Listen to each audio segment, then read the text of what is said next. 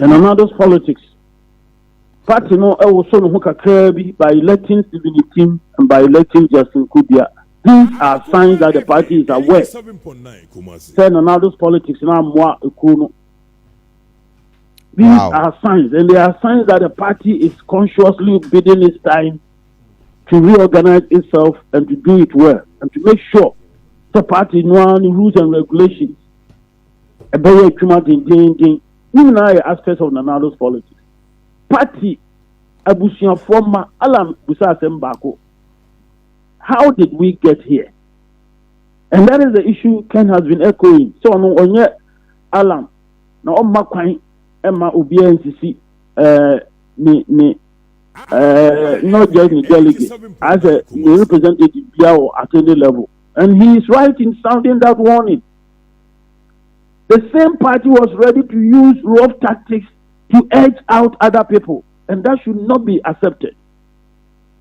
The same party, that is part of Nanado's politics. It empowers people to go against the party's rules, knowing very well that they cannot be punished. That is Nanado's politics. So, from all intents and purposes, Nanado has been the biggest problem for NPP. Ofra Konyaso Emra Sikaba Omanu Echemre Bia. One, party no ankasa attitude. Two, Omanu Sikasem Aye Poto.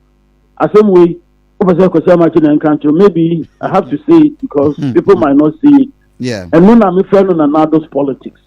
One, I say party, no. Two, I say Omanu Sikasem. Hey, so Ghanaians never benefited from Nanado, the leadership as a president. Or everything about him has not been negative. Yeah. But you heard the totality. You heard Omanu Sikasem as a lady. The Ghana force Omanu Sikasem here, the answer not making any. So Omanu Sikasem, yeah. Now, the World Bank country director of Ghana, Pierre Laporte, or say for the past 2 years, inflation Haiti away amount for income. About 25% of Ghanaians are falling below the poverty line. I say we live on less than $2 a day. Less than $2 a day. The country director of the World Bank, Pierre Laporte. Ghana's economy is not doing well. And plainly, and what would you Professor Kobimensa, also the Nasem or the Tosu pay, saying COVID, saying Russia, Ukraine, and no, also the Tosu, Professor Bobkin, University of Ghana, only now one thing I can say and your COVID, or my challenge the COVID agreement about no Chino. And in summary, almost contend they say the government is not embarking on prudent spending. There's something physical Abanu could have done to cut down government cost, state expenditure. The size of his government, Nanado Anya Honshi. I say anything. On Tuesday, who said that that's all a boy of mine of the year. On one party, move for GD.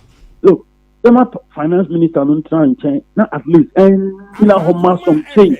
And Tiasebi said we are ready to listen to society. Well, what? MPP, members of parliament, they go ahead and it is an amount. I said, Ben. And Oro said Chairman himself, I can fast ask him no. I'm not morning yet on him. Wow. I wrapping up with you and